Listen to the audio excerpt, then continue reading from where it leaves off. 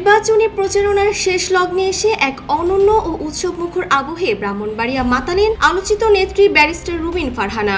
রোববার বিকেলে ব্রাহ্মণবাড়িয়া ২ আসনের এই স্বতন্ত্র প্রার্থী তার নির্বাচনী এলাকায় এক বিশাল গণমিছিল বের করে। মিছিল চলাকালে রাস্তার দুই পাশে দাঁড়িয়ে থাকা ভোটার ও পথচারীদের উদ্দেশ্যে উড়ন্ত চুমু বা ফ্লাইং কিস ছুড়ে দিয়ে এক ভিন্নধর্মী প্রচারণার জন্ম দেন তিনি।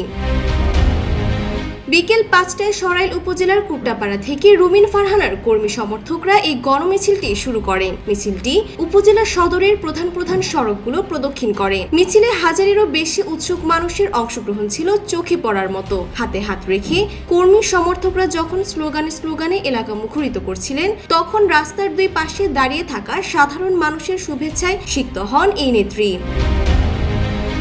আনুষ্ঠানিকভাবে প্রচারণা শেষ হওয়ার আগে এটি ছিল রুবিন ফারহানার শেষ গণসংযোগ। ভোটারদের উদ্দেশ্যে তার এই আন্তরিক ভঙ্গি স্থানীয় রাজনীতিতে এক নতুন মাত্রা যোগ করেছে। এখন দেখার বিষয়, আগামী নির্বাচনে ভোটাররা এই আবেগের কতটুকু প্রতিফলন ব্যালট বক্সে ঘটান।